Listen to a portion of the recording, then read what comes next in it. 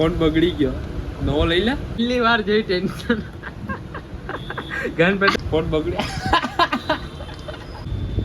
બેન ચત માજીનો લંડે લાગીને મોઢું તો જો.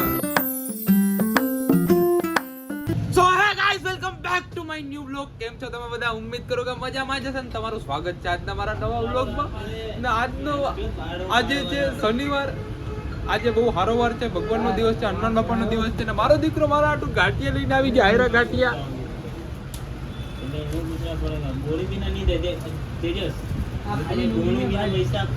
એક જોયું ફોનમાં સ્પીકર બંધ થઈ ગયું, જોયો હવે. હા, આપણો છોકરો નાખી દે. આપણે કઈ નાખી દે? આ મોબાઈલ જો. હવે તારો મોબાઈલ હવે તારથી થાય નહીં, કર હવે ફોન રિપેર નહીં થાય. હવે તારે તમારો એક ફોન છે, તારી બેન બે છે. ભલે નહીં, મારે ક્યાં એવી બધી એલી છે. તારો ફોન હવે રિપેર નહીં થાય, ને રિપેર થાય તો તારા 5 વાગ્યા સુધી મૂકવો પડશે. બોલ તો રેવા દે ભાઈ. તમારા આઈથી નો કોલનું દઈ તને કોણ દે ભાઈ? વચ્ચે એની ચૂસ ભાઈનો ફોન, એનો ફોન બગડી ગયો.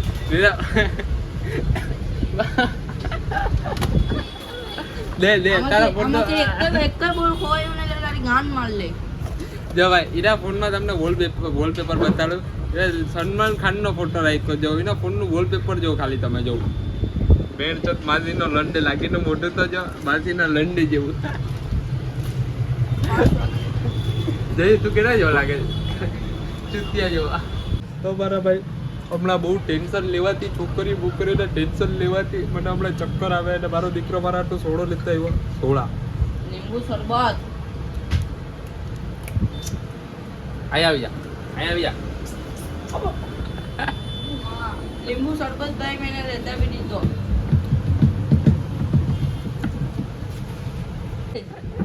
બેનની ચૂતારો પણ બગડી ગયો. જો કેવો આવે.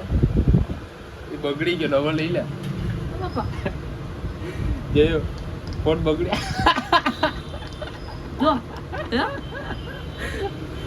કેમ બાબા? ફોન બગડી ગયો, નવો લઈ લે.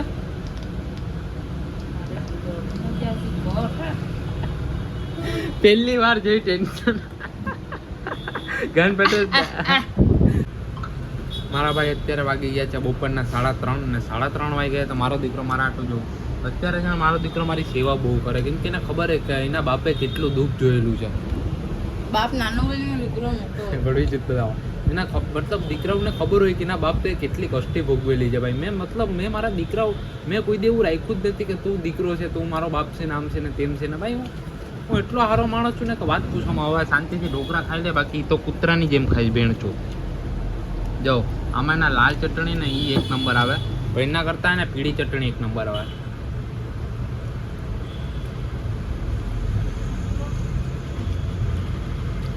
ગમે ચટણી આવે, પીળી હારી આવે, પણ હરામ ના ખાતા હોય ને તો બધી હારી આવે.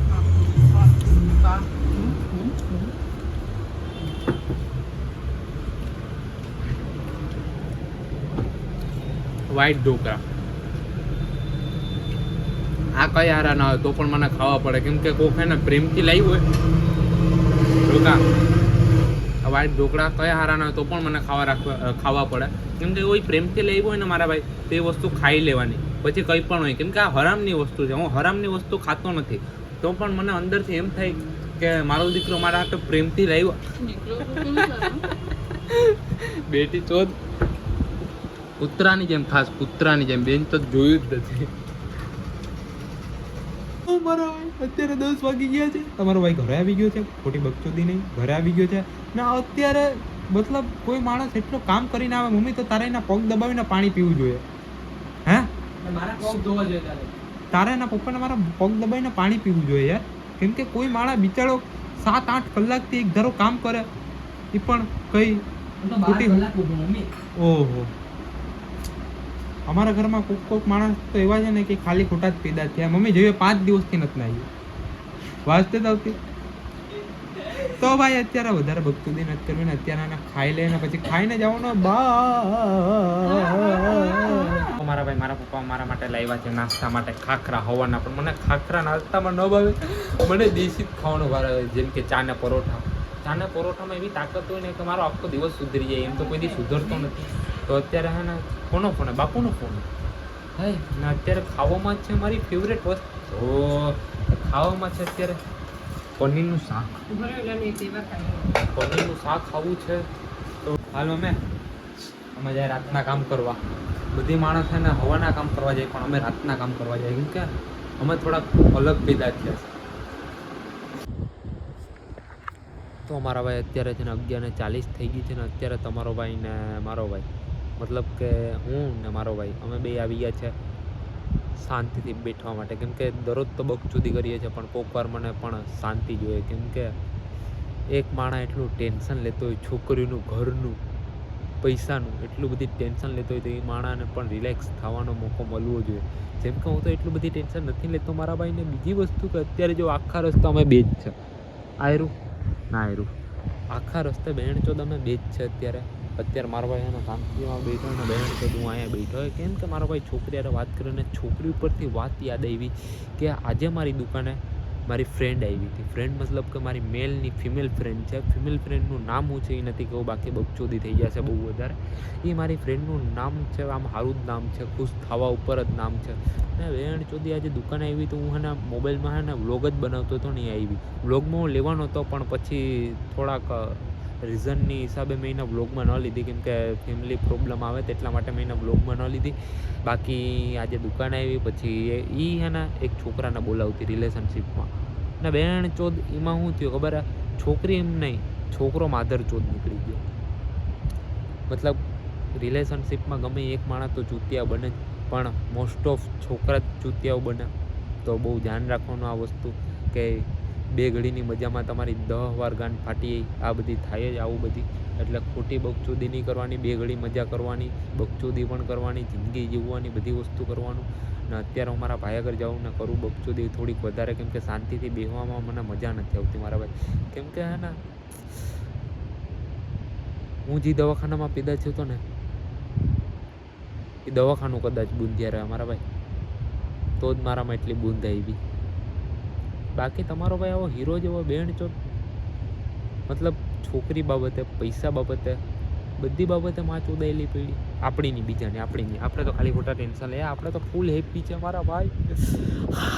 તમારો ભાઈ તો બહુ હેપી છે, ફૂલ હેપી છે. જો આ છે દરિયો કિનારો, ના ચૂતિયો કિનારો.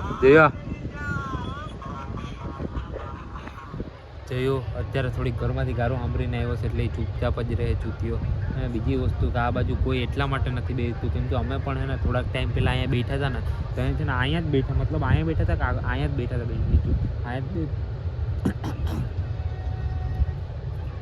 અહીંયા જ બેઠા હતા ને વાંચથી પોલીસવાળા આવતા હતા, અહીંયા અમને પકડ્યા હતા, એક્ઝેક્ટ અહીંયા પકડ્યા હતા ને કહેતા હતા કે શું કરતા હતા. તો પછી એને તો કંઈ કહેવાય નહીં, બાકી ખાલી ખોટું કાલે છાપાના હેડલાઇનમાં પેલું નામ અમારું આવે. એટલે અહીંયા ને એટલું બધી કોઈ બેઠતા નથી. અમે હજી મરદ માણાઓ ઈદ બેસે તો અમે બી બેઠા જવું. ને બીજી વસ્તુ કે મારા ભાઈ આજે શનિવાર હતો, બહુ મોટો દિવસ હતો, અને શનિવારે આવી રીતના વહી ગયો. શનિવાર મતલબ કે ભગવાનનો દિવસ આવે ને આજે હું 2 વાર મંદિરે ગયો છું, ને આજે થોડીક ગારું પણ મેં ઓછી બોલી. 2 વાર મંદિરે ગયો હું. બેનની ચોથ આમ નામ, બેન ચોથ દિવસે વહી ગયો, આખો દિવસ આમ નામ, વરસે વહી જાય, અઠવાડિયું વહી જાય, મહિનોય વહી જાય, બધી વહી જાય, પણ એક વસ્તુ નથી આવતી. પેલી મૂકીને ગઈ છે, મૂકીને જ વહી ગઈ, પણ પાછી આવી નહીં.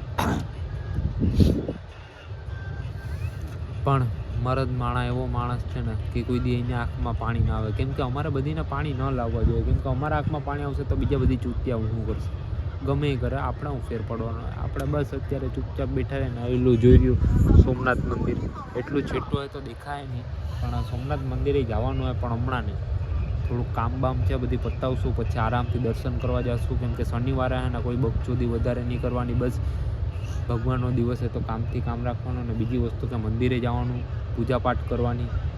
પૂજાપાઠ એટલે કરવાની કે સારી છોકરી મળે.